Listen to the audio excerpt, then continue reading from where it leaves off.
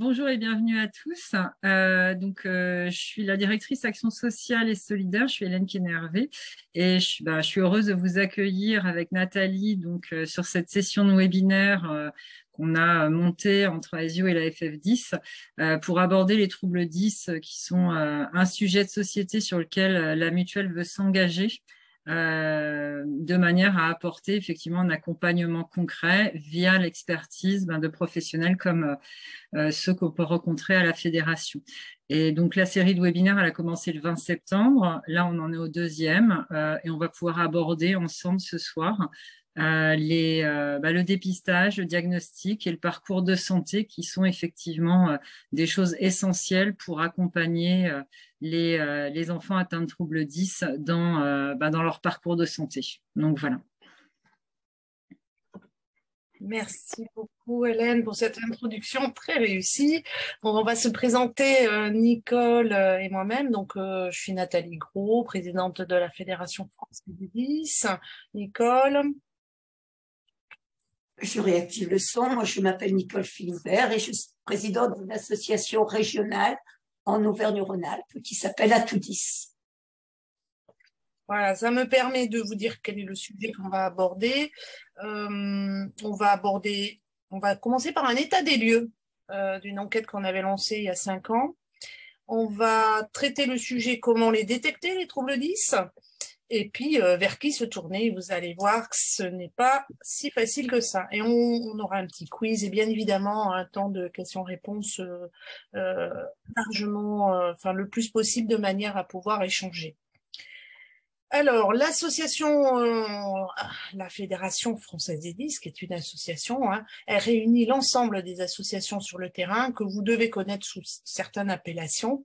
L'Association nationale comme Avenir Dysphasie, APEDA 10 France, les dyslexiques de France, Dyspraxie mais fantastique, la dyspraxie tête en l'air. Et ensuite, des associations régionales, départementales, ça dépend, dont Atoudis fait partie pour Rhône-Alpes, Auvergne-Rhône-Alpes. Donc la fédération, elle est le porte-parole de l'ensemble des 10 des familles auprès des pouvoirs publics et des ministères. Donc on est constitué depuis 98, donc 24 ans, et le but de cette fédération, c'est de s'unir pour porter une parole unique devant les pouvoirs publics et dire voilà de ce qu'on a besoin et comment les textes devraient avancer pour que ça soit meilleur sur le terrain. Donc il n'y a pratiquement que des parents. Je vous ai dit 150 associations. On est engagé en Europe. On siège dans multiples conseils nationaux consultatifs où on donne notre avis, que ce soit la Caisse nationale de la solidarité pour l'autonomie ou le CNCPH, le Conseil national consultatif des personnes handicapées, mais également des tas de comités de suivi de l'école inclusive et des tas de travail qui nous permet de faire avancer les dossiers nationalement, mais également régionalement par des porte-paroles qui sont issus des associations regroupées sur la droite. Nous avons un comité scientifique, 15 experts, qui nous permet donc d'avoir des avis, des recommandations. Ce sont des professionnels à la fois médecins, orthophonistes, ergothérapeutes, neuropsychologues, et c'est des personnes très au fait des 10 et surtout qui nous aident à avoir un point de vue professionnel devant les pouvoirs publics. L'avis du comité scientifique a tout le poids et l'or du monde, comme on dit, pour dire finalement si des experts se sont réunis autour d'un plat pour dire que c'est ça qu'il faut faire pour que ça aille mieux, c'est extrêmement écouté. Et on organise chaque année la journée nationale des 10 autour du 10-10, un jeu de mots, 10 octobre. Donc, beaucoup d'événements ont commencé à partir de samedi 8 octobre. Et pour Paris, ça sera le 15, samedi. Pour les Parisiens, je vous invite à vous inscrire. C'est totalement accès libre et gratuit. Alors, on va rentrer dans le cœur du sujet qui est l'état des lieux. Donc, pour ceux qui ont suivi le premier webinaire, celui-là est un peu plus technique, mais c'est important pour les jeunes parents qui seraient connectés, ou même pour les professionnels, de voir où on est, qu'est-ce que les pouvoirs publics ont fait ou vont faire, parce que c'est toujours mouvant, Et puis surtout, ça donne un peu de l'espoir, même si l'état des lieux, vous allez voir, est pas finalement aussi net. Alors, euh, euh, pour pouvoir interpeller les pouvoirs publics, on fait des enquêtes de temps en temps et on dit voilà le constat et voilà ce qu'il faudrait peut-être améliorer. Donc cette enquête, elle a été lancée il y a un peu plus de 5 ans. Elle a réuni 1000 personnes qui ont répondu et elle avait pour but de se dire quel est le parcours de santé finalement aujourd'hui, après finalement le plan langage qui avait eu lieu en 2001, l'installation des MDPH en 2005, voilà, où on en est en 2015 dans ce parcours de santé. Et il avait un deuxième objectif, c'est de démontrer que grâce aux prises en charge, grâce à tout ce qui a été fait, la scolarité, c'était pas mal, ça s'améliorait. Ceux qui avaient rien eu, finalement, allaient droit dans le mur. Et ceux qui avaient bénéficié de dispositifs, eh bien, ils obtenaient un diplôme. Donc, on a essayé d'étudier ce qu'étaient devenus quelques adultes. Et on voyait bien que même en passant dans les dispositifs Ulysse, pour ceux qui connaissent ce terme, on arrivait à faire quelque chose dans sa vie. Et ça, c'est important. Donc la plupart c'est des parents qui ont répondu et ils ont répondu pour leurs enfants. À 6 fois sur 10, ça concernait des enfants qui étaient des garçons et ensuite le reste était des filles. L'enquête est complètement intégralement disponible sur le site de l'AFF10. Alors en gros, il faut savoir que les personnes qui ont répondu à cette enquête, ils ont répondu seulement 4 fois sur 10, c'est-à-dire un seul trouble. La plupart du temps, il y a plusieurs troubles. Et on retrouve dans les troubles associés chez les 10 la dyslexie, la dyspraxie, la dysphasie. Et on voit que pour ceux, comme on est sur un public des troubles 10, on voit que le TDAH est pas mal associé soit à la dyspraxie, soit à la dyslexie, soit à la dysphasie. La plupart des gens qui ont répondu, c'est massivement, et ce n'est pas un scoop, puisque la dyslexie a une prédominance entre 5 et 15% des personnes en France. Donc forcément, elle est beaucoup plus importante que la dyspraxie qui pèse à 5% de la population et la dysphasie qui est autour de 2%. Alors ensuite, le repérage, en gros, les familles voient qu'il y a quelque chose. 7 fois sur 10. C'est elle qui repère. Mais en deuxième position, on retrouve les enseignants. Dans le repérage, repérer, c'est dire, tiens, il y a quelque chose qui ne va pas. Donc la moyenne d'âge est à 6 ans, mais quand même, on retrouve que finalement, la majorité repère des difficultés avant l'âge de 10 ans. Ça ne veut pas dire qu'ils ont mis des choses, mais ils ont repéré des difficultés avant l'âge de 10 ans. La majorité des enfants sont orientés vers les orthophonistes. Ensuite, vous trouvez les psychomotriciens, les orthoptistes, les neuropédiatres, les psychologues. Donc là, on voit bien qu'il y a une multitude de professionnels et on va vous en parler plus tard. Ensuite, dans les professionnels qui vont vers la démarche diagnostique, une fois qu'on a repéré, on retrouve l'orthophoniste, qui n'est pas un scoop, les neuropédiatres et les neuropsychologues. Vous avez la moyenne d'âge, donc les plus mal finalement accompagnés, c'est la dyslexie, puisqu'on trouve une moyenne d'âge autour de 10 ans, la dysphasie à 7 ans, même si ça se voit bien avant, la dyspraxie 8 ans, la dyscalculie, elle arrive à peu près comme la dyslexie, le TDAH, vous voyez, 13 ans, on le voit pas bien, et puis les mémoires, 9 ans, on voit que c'est très largement au moment du primaire. Alors, le constat, il est le même. Un manque de professionnels, de médecins formés, un déficit de médecins généralistes, et pourtant qui doivent prescrire les rééducations, donc incontournable. Des délais d'attente dans les centres de référence, plus de 6 mois. Dans certaines régions, les centres de référence sont à 13 mois, et on ne peut pas taper à leur porte après l'âge de 11 ans, voire avant. Donc un engorgement partout. Ça, c'était le constat de 2010, et c'est toujours le cas. Il y a des délais d'attente qui sont assez importants. Et même, quand bien même vous avez la pose d'un diagnostic, vous avez la difficulté de trouver un professionnel pour accompagner et mettre en place les prises en charge.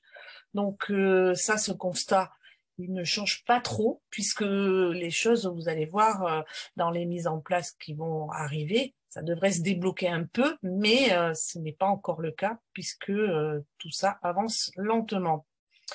Donc, des délais d'attente, c'est ce que disent les familles. Donc, il y a pas mal de familles qui se découragent. Il faut aller chercher des professionnels pas à côté de chez soi, donc ça demande des emplois du temps. Et surtout, une fois sur deux, un des parents a dû aménager son temps de travail, réduire son temps de travail, et puis surtout, voilà, il faut accompagner les jeunes dans les rééducations. Donc du coup, on travaille pas le mercredi, mais on travaille pas un autre jour parce que c'est pas que l'orthophoniste qu'il faut accompagner. Donc les délais de réponse sont quand même assez longs. Ça, c'était déjà il y a 6 ans. Donc tous ces professionnels interviennent au moins une fois par semaine, voire une fois par mois. Et ensuite, il faut savoir, et ce n'est pas négatif, pas le prendre comme quelque chose de négatif, une fois sur deux, vous changerez de professionnel pendant la prise en charge, soit parce que vous changez de méthode, parce que vous changez pour des raisons d'horaire, de trajet, enfin bon, bref. Donc il y a vraiment... Et puis une fois sur deux, vous faites des pauses dans la prise en charge, parce qu'au bout d'un moment, soit on arrête, on reprend si besoin, mais en gros, les prises en charge, c'est pas toute une vie. Et puis il y a une lassitude dans l'orthophoniste, hein, il faut le dire, c'est très difficile. Donc tout ça fait que inégalité des territoires, donc, enfin, on trouve pas les solutions. Ça, je me redis, mais sachez que c'est encore le manque de professionnels reste s'empire peut-être dans certaines zones, même sur Paris maintenant. Et plus on s'éloigne des grandes agglomérations, et plus c'est difficile.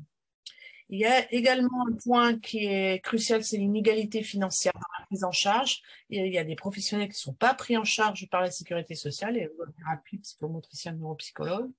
Tout ça fait que pour des bilans pratiqués, pour essayer de savoir ce qu'a un enfant, ça peut aller jusqu'à 1 500 € de reste à charge, c'est énorme. Donc là, on va aborder, Nicole abordera un peu plus tard dans notre présentation, qu'est-ce qui a été mis en place par les pouvoirs publics et qui reste à construire. Les dossiers MDPH, bon, évidemment, sont compliqués. Et une fois que vous les avez remplis, on vous dit que vous n'êtes pas dans la bonne case, en gros. Donc, c'est beaucoup de refus et c'est compliqué, très compliqué. Si vous arrivez à avoir une prise en charge avec l'allocation, la fameuse AEH, vous prenez en charge une partie des rééducations à ergothérapeute ou psychologue. Mais c'est pas le cas pour tout le monde. Alors, comment on les détecte? Eh bien, je vais vous expliquer ça. Je prends la relève. Alors, donc, comment je vais peut-être tourner les pages, Nicole, pour t'aider. Ouais, je veux bien, s'il te plaît. Comme ça, c'est fait. Oui. Alors, ce qu'il faut savoir, c'est que tout découle de la Haute Autorité de Santé. La Haute Autorité de Santé, c'est une autorité indépendante à caractère scientifique qui est là pour donner des recommandations et éclairer les décisions du gouvernement. Et pour les 10, elle a fait 2 recommandations. La plus importante, c'est celle de janvier 2018 sur le parcours de santé et la prise en charge des personnes avec le trouble 10. En 2020, elle a élargi ça au champ des TND en général. Elle en avait déjà fait une en 2014, il me semble, sur le trouble déficit de l'attention. Et là, elle a pointé absolument des points, des signes d'appel quand on doit s'inquiéter. Et ça commence très tôt, à 18 mois, on peut déjà s'inquiéter quand un enfant parle très mal. Il faut qu'on arrête de croire que tout va rentrer dans l'ordre naturellement. Un enfant qui a des difficultés peut avoir un retard, c'est un fait, mais ce retard, s'il est suivi par un professionnel, eh bien ce retard va se combler beaucoup plus vite que si on ne fait rien. Mais un enfant qui a des difficultés peut aussi avoir ces difficultés à cause d'un trouble. Et là, il faut consulter. La HAS a clairement dit que toute inquiétude des parents doit être prise en considération par les professionnels. Et on vous invite vraiment, vous avez dessous les deux liens pour consulter le site de la HAS et pour voir un petit peu plus près ce qu'elle dit. Toute inquiétude des parents est à prendre en considération. Il faut bien vous rappeler de ça quand vous allez voir votre médecin et ne plus accepter qu'on vous dise « Ne vous inquiétez pas, madame, ne vous inquiétez pas, monsieur, ça va passer tout seul. Tous les enfants ne se développent pas de la même manière. » C'est certain, tous les enfants ne se développent pas de la même manière, mais quand on se suspecte quelque chose, on doit être pris au sérieux. Donc, vous voyez, pour le langage oral, à partir de 18 mois, il y a déjà des signes qui doivent permettre de tirer la sonnette d'alarme. Et ça permet d'aller voir les professionnels de santé. Est-ce que tu peux tourner, s'il te plaît? Voilà. Donc, vous voyez après, vous avez 18 mois, vous avez après à 24 mois, quand le langage est très pauvre, quand les enfants n'arrivent pas à s'exprimer. Très souvent, quand un enfant a un frère ou une sœur aînée, on voit la différence. C'est plus compliqué si c'est le premier enfant. Mais on voit aussi par rapport à ses copains ce qu'il arrive à faire ou pas. Donc, vous avez toujours raison de vous inquiéter. Peut-être que vous serez rassuré très vite, mais vous avez raison de vous inquiéter et d'en faire part aux professionnels. Donc, vous voyez, pour le langage oral, dès 18 mois, et après au signe de l'âge qui grandit, il y a d'autres signes qui peuvent s'instaurer et qui peuvent être vraiment des signes d'appel. Tu veux tourner, voilà. Par exemple, pour le langage écrit, c'est un petit peu plus tard, parce que c'est vraiment avec l'entrée dans l'écriture qu'on va pouvoir voir des signes, vraiment. Mais dès le deuxième trimestre du CP, si votre enfant a des difficultés à suivre, vous voyez, s'il ne fait pas le lien entre les signes écrits et le son qui est représenté, là, il faut s'inquiéter. Et il faut aller voir. Et vous voyez, vous avez des signes déjà. Allez voir vraiment sur le site de la HAS ce qu'il en est. Donc, langage écrit, le CP. Mais très souvent, les enfants qui ont des difficultés du langage écrit vont auparavant avoir des difficultés de langage oral. Ça veut dire qu'on peut commencer des rééducations très tôt. Si c'est un retard, ça va s'effacer. Si c'est un trouble 10, ça va perdurer dans le temps. Et après, Nathalie, s'il te plaît, si tu peux mettre la suivante. Voilà. Donc, vous voyez, parce que si là, 12 ans et 11 mois, c'est déjà tard pour s'inquiéter pour les enfants. Mais il y a des enfants, ça veut dire quoi? Ça veut dire qu'il y a des enfants qui passent à travers. Donc, il n'est jamais trop tard pour s'inquiéter et il n'est jamais trop tôt pour s'inquiéter. Parce qu'un enfant comme ça, qui écrit comme ça veut dire qu'il y a quelque chose. Pour le calcul, vous voyez, dès la grande section de maternelle, on a les bébés ont le sens des petits nombres très très tôt. Il y a des études, il y a des très jolis films sur YouTube sur le bébé et la connaissance la notion du nombre. Allez les voir, c'est très enrichissant. Les bébés ont la notion des petits nombres très vite. Si les bébés n'ont pas la notion du petit nombre, il faut déjà s'inquiéter. Si tu veux la suivante, voilà.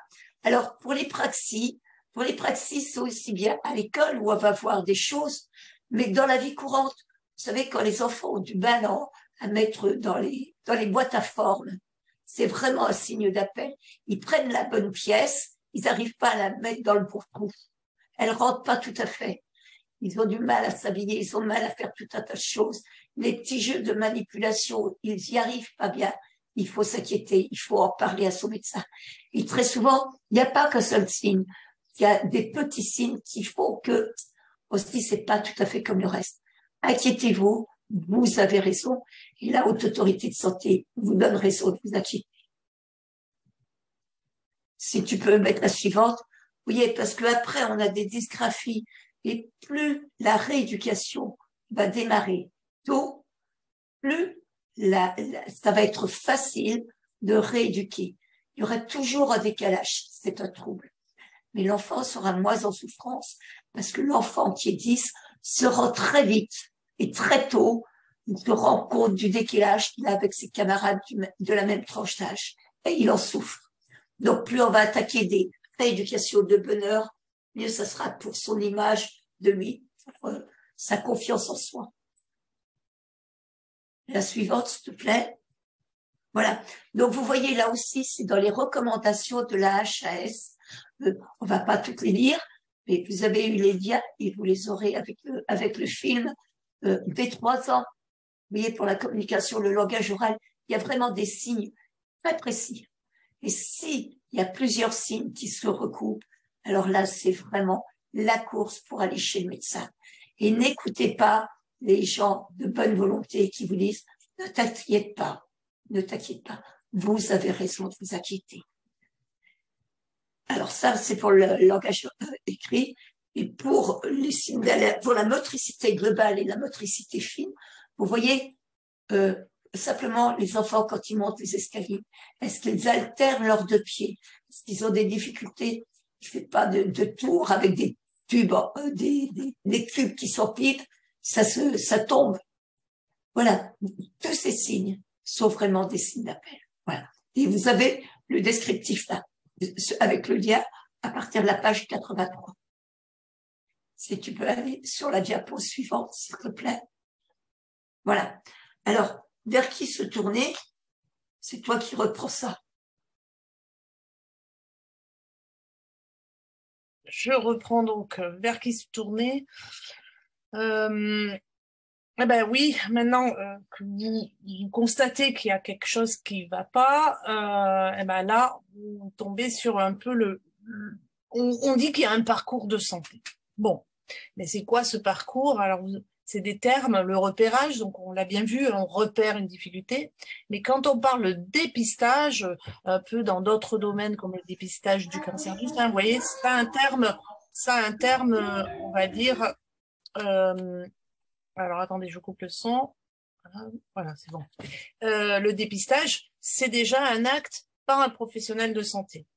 Une fois qu'on dépiste, il faut poser des mots sur ce qui ne fonctionne pas bien ou qui serait la cause de tout ça ou qui est finalement le fameux diagnostic. Et de ce diagnostic, on en découle, voilà la suite logique, en fonction du diagnostic, on va mettre en place une prise en charge orthophoniste et on va vous dire il faut 1 séance, 2 séances, 3 séances par semaine. C'est en fonction du diagnostic et de la sévérité des troubles et de l'âge et tout et tout. Mais dans la vraie vie, il y arrive parfois que le repérage se fait par les parents et directement on envoie vers l'orthophoniste sur prescription du médecin. Il y a un bilan qui est réalisé par l'orthophoniste et des prises en charge peuvent être directement faites. Donc en fait, il y a un peu, c'est pas si ordonné que ça. Et les professionnels de santé, les médecins notamment, disent que ce n'est pas gênant de commencer une prise en charge parce que le parcours pour arriver au diagnostic, il est long pour avoir les rendez-vous et que si le besoin il est avéré, que l'orthophoniste confirme qu'il y a un besoin, le médecin donc va prescrire des séances d'orthophonie. Nous, au niveau de la fédération, on rappelle que la notion de dépistage et surtout de diagnostic est importante. Les parents, les enfants, les jeunes adultes ont besoin de savoir ce qu'ils ont. Pourquoi ils n'arrivent pas à bien apprendre, pourquoi ils sont maladroits et pourquoi ils sont en échec scolaire. Et c'est pas pareil, il y a des diagnostics qui je veux dire, si vous ne voyez pas bien, si vous n'entendez pas bien, vous apprendrez pas bien. Et donc, il faut pouvoir poser un diagnostic. Et si c'est un trouble 10, c'est un trouble 10, c'est autre chose si c'est dans le champ de l'autisme ou si c'est dans un trouble du développement intellectuel. Donc, ça, nous, on y est attaché, même si c'est évolutif. Un dysphasique qui a un trouble de langage oral va avoir des difficultés au langage écrit, il a donc, on va dire, une dyslexie, et si on détecte un TDAH plus tard, il y a un TDAH plus tard. L'idée, c'est de poursuivre, de faire des bilans d'évolution pour voir ce qui se passe et pourquoi ils ne progressent pas, par exemple. Donc, en pratique, les diagnostics sont tardifs, donc les jeunes à l'école ont le temps de déprimer, on peut le dire, et puis des difficultés à trouver des professionnels. Donc les familles parlent d'usure, d'épuisement, et parfois il y a du découragement.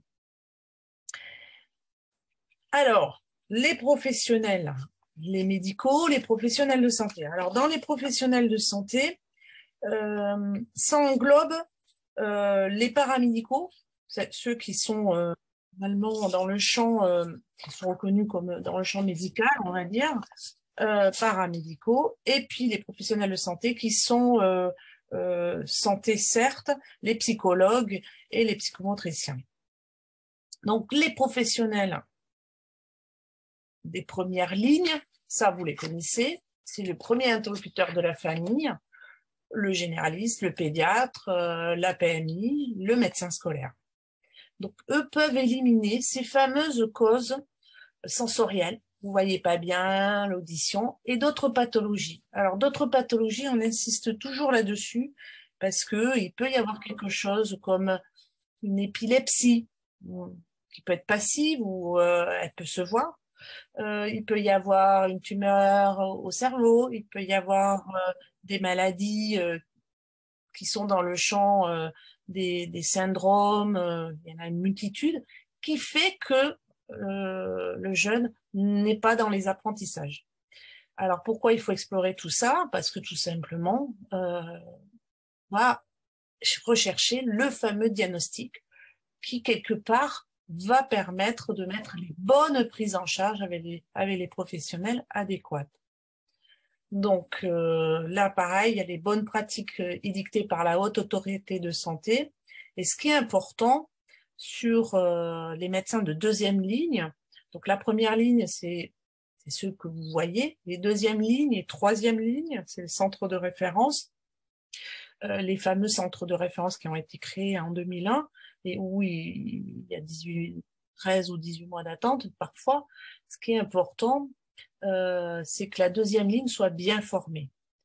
C'est-à-dire que ce soit des professionnels spécialisés des troubles 10 ou TDAH. Et là, pour ça, il y a un cahier des charges, c'est-à-dire des compétences, des diplômes universitaires et surtout une spécialisation dans ces troubles-là. On retrouve les neurologues, les neuropédiatres et les pédopsychiatres. Alors, pourquoi on vous dit ça? Ça vous paraît curieux quand même. Peut-être que non, parce que ces professionnels de santé, généralistes, pédiatres, neurologues, neuropédiatres, pédopsychiatres, n'étudient pas les troubles 10 dans leurs études. Ils se spécialisent. Donc, s'ils ne se spécialisent pas, leurs compétences, ils ne sont pas capables de vous dire exactement ce qu'a votre enfant. Voilà. Donc ça a été dit dans les recommandations de décembre 2017. Voilà ce qu'il faudrait. Donc les centres hospitaliers, les universitaires ou non, tous ne sont pas centres de référence. Ils s'appellent centres de référence des troubles du langage et des apprentissages. Il y en a au moins un par ex-région. Il y a également dans des cabinets qui se sont spécialisés, mais attention au dépassement d'honoraires. Ils sont un peu fléchés, c'est des personnes qui se spécialisent dans les troubles 10, qui prennent pas mal de 10. Voilà. Donc, il n'y a pas de panneau devant eux en disant « je suis spécialiste de 10 », hélas. Donc, les professionnels de santé, on va les passer en revue, et c'est vrai que c'est un peu la jungle pour ceux qui ne sont pas de la profession. Donc, je vous redis, votre généraliste, le pédiatre, la PMI et le médecin scolaire sont des premières lignes, et il y a des professionnels là-dedans qui peuvent se spécialiser et qui deviennent des deuxièmes lignes, qui permet finalement de faire des synthèses médicales des différents bilans de l'ensemble des professionnels de santé. Donc, selon les difficultés, vous avez les professionnels qui ont cette compétence, l'orthophoniste, le langage oral écrit et la logico-mathématique. Vous avez également l'orthoptiste, vous voyez, elle, c'est surtout liées à tout ce qui est au champ visuel. La motricité globale, là on retrouve structuration faciale, donc les psychomotriciens. Vous avez également les ergothérapeutes qui font à peu près la même chose, mais pas pareil, on va dire. Donc les ergothérapeutes, ils vont sur sur la vie à l'endroit où vivent les personnes, le psychomotricien. Vous allez chez lui, vous allez dans une salle, alors ça ressemble souvent à une salle de sport. Donc c'est pas tout à fait la même approche, mais le but c'est quand même d'arriver à rééduquer l'organisation spatio-temporaire. Vous avez le psychologue qui souvent est spécialisé en neuropsychologie. Alors pourquoi on dit neuropsychologie? Parce que il va étudier comment le cerveau fonctionne. Il ne va pas se contenter de vous faire un bilan de QI, il va aller regarder vraiment un examen global et il ne va surtout pas vous dire que, par exemple, c'est la faute de papa et de maman parce qu'ils ont divorcé. C'est vraiment les professionnels qui se sont spécialisés dans les bilans psychométriques vont aller rechercher les points forts et les points faibles et là vous allez, et c'est grâce à ces bilans que les autres professionnels vont pouvoir équilibrer et mettre en place les bonnes rééducations en s'appuyant sur les points forts de la personne. Donc là, on est vraiment sur la plupart des troubles 10 sont diagnostiqués neuropsychologue, orthophoniste, avec une synthèse médicale, et on va rajouter l'orthopticien, un problème de vision, le psychomotricien ou l'ergothérapeute, un problème de motricité. Donc le fameux neuropsychologue, qui est quand même beaucoup plus global. Et s'il y a une suspicion de TDAH, là, on retrouve le pédopsychiatre, le neuropédiatre et le neurologue pour prescrire s'il y a besoin de la Ritalin, par exemple. Donc, ça fait quand même beaucoup de monde qu'il faut arriver à trouver. Le deuxième conseil qu'on vous donne, c'est que ces professionnels doivent rédiger des bilans, vous les remettre, et ces bilans doivent être chiffrés et normés, faire référence à des normes. Excusez-moi, c'est possible pour avoir le tableau juste avant? J'ai juste raté la dernière ligne, s'il vous plaît. Ah, la Désolée. dernière ligne, c'est le TDAH. C'est le TDAH, la suspicion de TDAH. Ok, merci, désolée, merci. Voilà. Et donc là, c'est vraiment des médecins qui vont explorer, même si les autres professionnels vont avoir des doutes. C'est pas parce que je dis ça parce que par exemple un dysphasie qui parle pas, qui est un trouble donc du développement du langage oral, il va beaucoup bouger. Ça veut pas dire qu'il est hyperactif parce qu'il parle pas, donc il bouge beaucoup, il interpelle en touchant les camarades. Ça veut pas dire qu'il est hyperactif. Voilà. Donc, il faut vraiment s'appuyer sur des professionnels qui vont vous dire exactement s'il est dans ce champ ou pas. Donc là, quand on dit test chiffré, normé, je rappelle que c'est hyper important. Le professionnel étalonne ces tests et il prend la bonne tranche d'âge. Évidemment, si on teste un jeune il a 12 ans et on prend des tests pour des enfants de 8 ans, il va avoir des bons résultats. Et inversement, voilà. Donc c'est très important de comparer ce qui est comparable. Donc, on pointe les compétences et limitations et dans tous les domaines de vie, et pas uniquement dans le domaine scolaire. Et alors, pourquoi on vous dit ça? Parce que ça a une importance cruciale pour les dossiers de la maison départementale pour les personnes handicapées, puisqu'elle ne se restreint pas qu'au domaine scolaire. Il faut qu'il y ait là, tous les troubles 10 ont une répercussion dans la vie de tous les jours à un moment donné. Ensuite, les professionnels, c'est ce que dit la Haute Autorité de Santé, doit expliquer aux parents, même si il y a le côté un peu, en fait, quand on s'attend pas à un diagnostic, on se dit mais non c'est rien, il avait un peu le temps et puis finalement on est dans un trouble, ça veut dire durable. Il faut pas hésiter à poser plusieurs questions ou les années suivantes quand il y a une évaluation de la situation, on réévalue si ça progresse, pourquoi il progresse pas. Les professionnels sont censés se questionner. c'est là où il faut continuer à poser des questions, à mieux comprendre et surtout pour mieux accompagner les jeunes dans la vie de tous les jours, puisque un parent est là du début du matin jusqu'au soir, le week-end, etc. Alors, donc les bilans sont hyper importants pour la MDPH, mais également pour les aménagements scolaires, pédagogiques, pour obtenir une reconnaissance pour, quand ils sont adultes, reconnaissance qualifiée de travailleurs handicapés, ce qui permet aux managers de tenir compte des difficultés du jeune adulte qui reste malgré tout empêché de rédiger rapidement des comptes rendus où il fait beaucoup de fautes. Donc il y a des adaptations. Alors maintenant, ce que je voulais dire pour en tirer de synthèse, c'est-à-dire que vous n'allez pas prendre tous les professionnels un à un et aller taper à leur porte en disant je veux un bilan. Le médecin est censé coordonner tout cela et vous envoyer vers les professionnels quand il a un doute.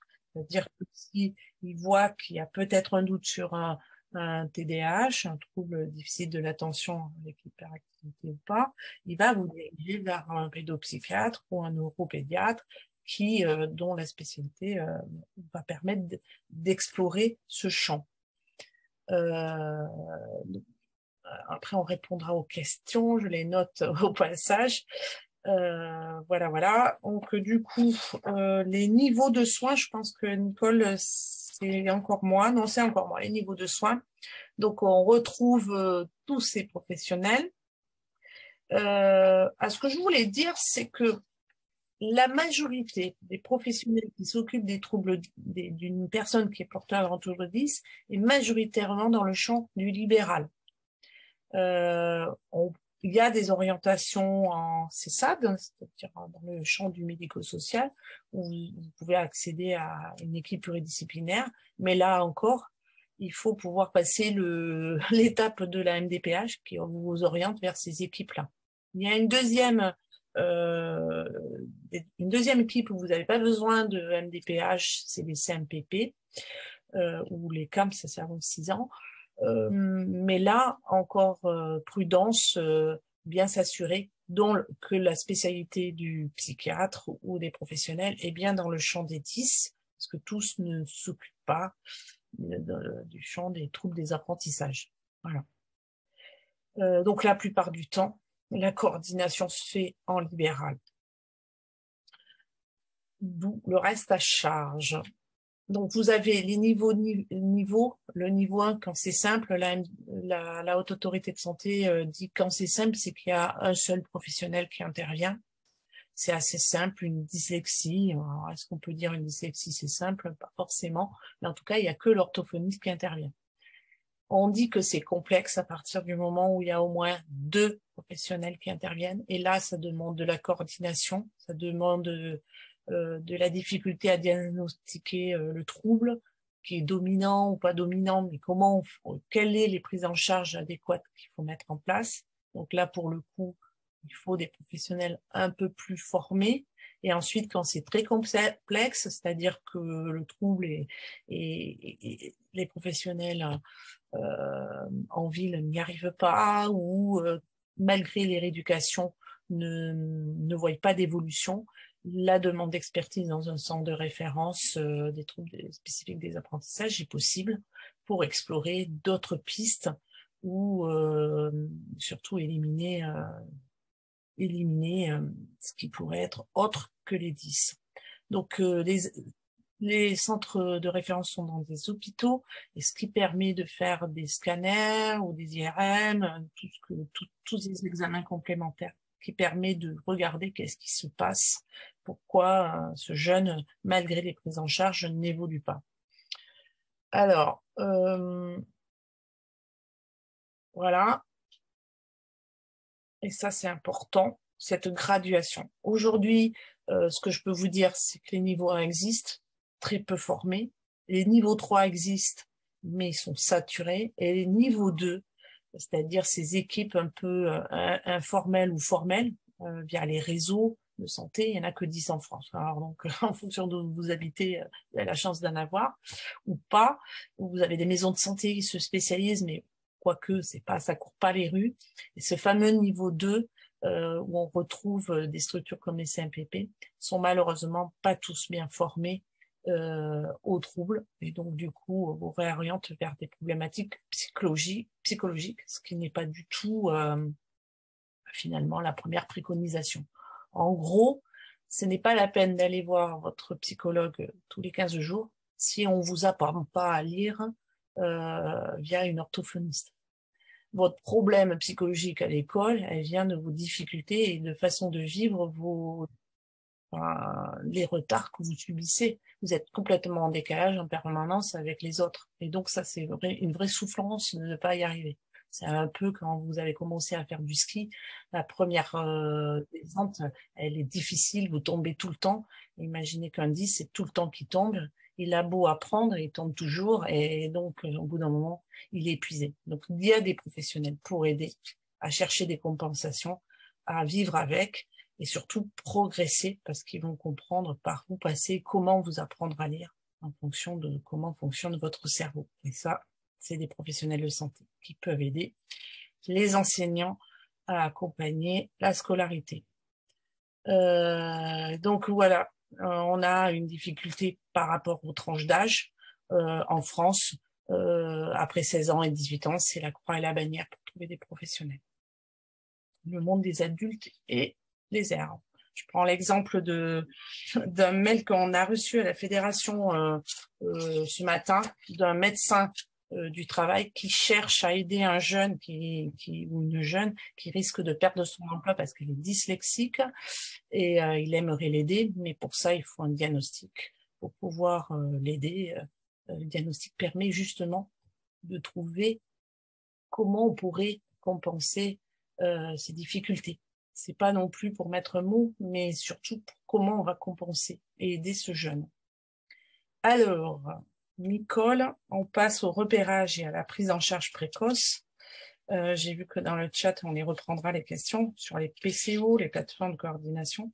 Et là, on va essayer de vous dire qu'est-ce que finalement les pouvoirs publics essayent de bouger pour trouver des solutions à cet engorgement. Le parti pris, c'est on mise sur la jeunesse pour que le monde, quand les jeunes basculent dans le monde adulte, ils n'aient plus besoin ils puissent être autonomes financièrement et trouver un métier, et avoir un petit diplôme ou un grand diplôme.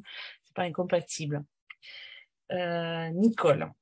Alors, justement, le repérage, comme vous voyez les dates, c'est quelque chose de très récent, et les plateformes de coordination et d'orientation sont en train de se mettre en place. Est-ce que tu veux passer à la diapo suivante, s'il te plaît? Voilà. Donc, de 0 à 6 ans, c'est uniquement depuis 2018. C'est vraiment de permettre aux familles d'avoir déjà un parcours de soins avec des bilans et des interventions le plus précoces possible. Ça dure 1 an et ça va permettre de répondre aux problèmes d'errance diagnostique. C'est-à-dire que vous êtes orienté par votre médecin en fonction de signes qu'il va repérer vers une PCO. Et cette PCO va faire tous les bilans nécessaires et va commencer une prise en charge nécessaire pour vous éviter d'avoir des restants à charge. Donc, c'est des livrets de repérage précoce qui sont à destination des médecins. Elles s'adressent aux enfants qui n'ont pas de droit ouvert auprès des MDPH. Si vous avez déjà des aides financières par la MDPH, vous ne pouvez pas passer, vous ne pouvez pas bénéficier d'une PCO. C'est vraiment le premier abord, c'est le médecin généraliste ou le médecin de PMI qui va orienter vers la PCO. Donc, il existe des livrets, si tu veux cliquer, s'il te plaît. Il y a 2 livrets. Il y en a un qui est plus en direction des parents et des professionnels de la petite enfance. Et le deuxième s'adresse aux médecins. C'est-à-dire que vous, parents, avec les professionnels de la petite enfance, vous remplissez le premier livret. Et en fonction des signes qui sont repérés, vous allez voir votre médecin qui va les retransmettre sur des grilles, sur le livret qui lui est destiné. Si tu veux aller sur la diapo suivante, voilà.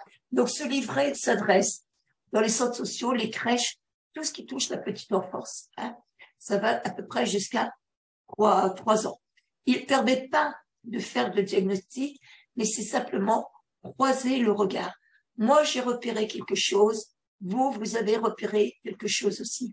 Ah, c'est à peu près pareil ce qu'on repère, eh bien, on s'inquiète. Voilà. Si tu veux cliquer, c'est vraiment de croiser le regard et d'observer ce qui est inhabituel et d'observer les signes, relever les signes qui peuvent inquiéter. Sur le slide suivant, et vous avez un exemple. Vous voyez, il y a des grilles d'observation qui sont entre 6 mois et 3 ans. Donc, par exemple, à 36 mois, je sais monter en escalier seul. Bah, à la maison, on m'a vu le faire en hésitant ou avec une aide. Les professionnels m'ont vu le faire de la même façon. Et en fonction du nombre de cases qui est coché, eh bien, on va aller voir le médecin généraliste. Le médecin de première ligne. Voilà.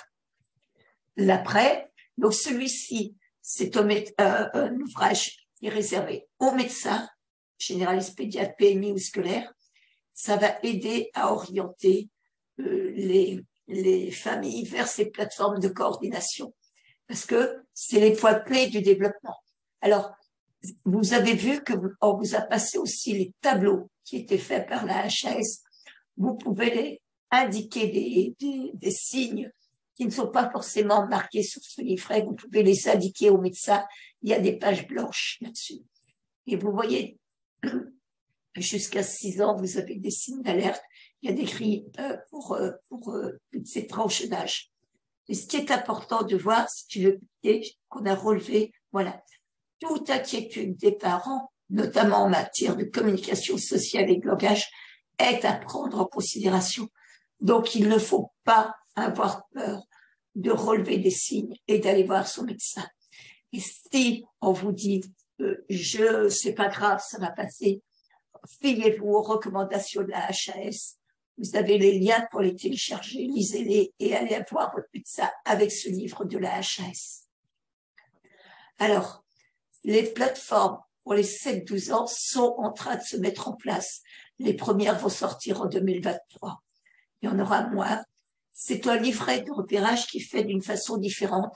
Parce que là, l'enfant est à l'école. Il y a quand même beaucoup de signes, particulièrement en ce qui concerne le langage écrit, le calcul, qui vont se révéler beaucoup plus prégnants à l'école. Donc, il y a 3 volets. Un qui est à remplir par la famille, un qui est à remplir par l'enseignant et un qui est à remplir par le médecin. Et c'est là où ça va aussi, pour les 7-12 ans, libérer des forfaits d'intervention précoce pour les interventions des psychologues, des ergos et des psychométriciens qui ne sont pas pris en charge par la sécurité sociale. Donc, ça permet de commencer des soins sans avoir à monter un deuxième DPH et de commencer des soins sans avoir un reste à charge pendant 1 an. Et quelquefois, ça peut aller, en fonction de la gravité, ça peut aller jusqu'à 18 mois. Donc, soit les soins sont pris en charge par des structures qui ont signé une convention avec la PCO, hein, des structures telles que les CMP, les CMPP, les CAPS, ils ont signé une convention. Donc, théoriquement, on doit être tranquille avec eux parce qu'ils doivent suivre les recommandations de bonne pratique de la HAS, mais on vous suggère d'être quand même vigilant par vous-même pour bien voir ce qu'il en est sur ces recommandations et qu'elles soient bien mises en place. La deuxième façon, c'est soit des structures et des professionnels libéraux. Et la troisième façon, c'est que des professionnels libéraux qui ont contractualisé avec la PCO. Et voilà. Donc, ils touchent, les professionnels libéraux touchent des forfaits en fonction des bilans et des prises en charge qu'ils font. Donc, vous voyez un forfait bilan plus des interventions pendant 1 an en ergo ou en psychomotricité. Le professionnel touche un forfait de 1 500 €, ce qui fait qu'il n'y a pas de reste à charge pour la famille. Ce qui peut permettre d'avoir le temps de monter un deuxième DPH, de demander en même temps l'allocation de l'enfant handicapé et peut-être même des compléments à cette aide pour ne pas avoir de frais. Le but des PCO, c'est vraiment une prise en charge la plus précoce possible et un reste en charge de 0 pour les familles pendant 1 an. Mais toujours vérifier quand même que tous les professionnels qui soient là-dedans suivent les recommandations de bonne pratique de la HS. C'est bon, tu peux tourner. Alors, ce qu'on vous propose, c'est de faire une pause. On est un peu en retard, mais c'est pas grave. On avait commencé avec 5 minutes de retard. On va vous lancer un quiz. Alors, vous allez voir les questions. C'est pour voir si vous avez compris l'essentiel, sachant que elles peuvent vous poser des questions. On va dire, vous pouvez hésiter, mais c'est pas grave. Le principal, c'est qu'on puisse revenir dessus et vous redonner quelques notions en fonction de ces questions. Alors, les 3 questions qui vous sont posées, je vais le lancer, le sondage, c'est les troubles 10 se détectent avant 10 ans, point d'interrogation. La majorité des prises en charge étant libérales, point d'interrogation. Et les troubles 10 sont repérés par les professionnels de l'éducation nationale. Alors, je lance le sondage, ce qui nous permettra ça nous fait une mini pause et on vous fait un peu travailler, on va dire. Voilà. N'hésitez pas. Il n'y a pas de mauvaise réponse. Alors, vrai, faux. Certains disent, Franck essaye d'aider ses camarades.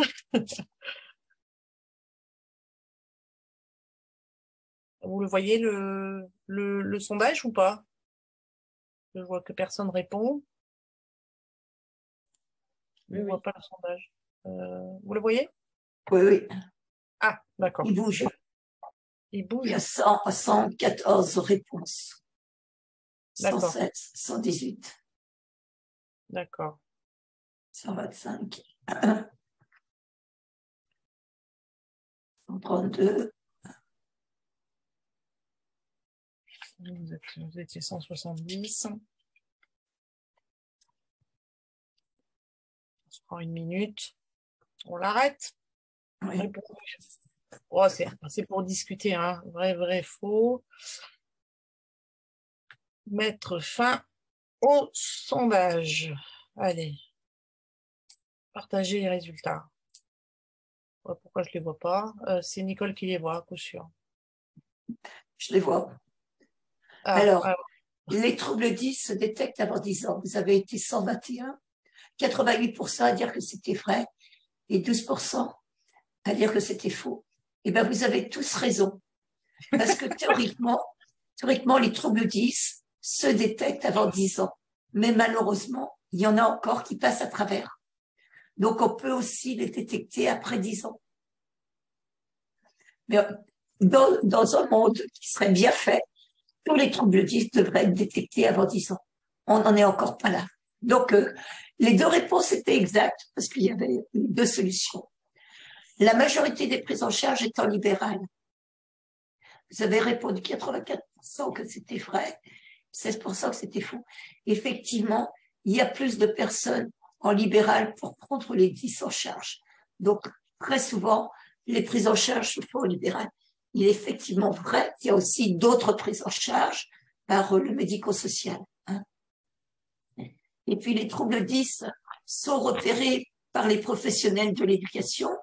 Vous avez été 75% à dire que c'était faux, parce que effectivement, les professionnels de l'éducation peuvent repérer les troubles 10, mais ils ne sont pas tout seuls. Les troubles 10 peuvent être repérés par tout le monde. C'est-à-dire le décalage d'un enfant par rapport à sa tranche d'âge peut être repéré par n'importe qui.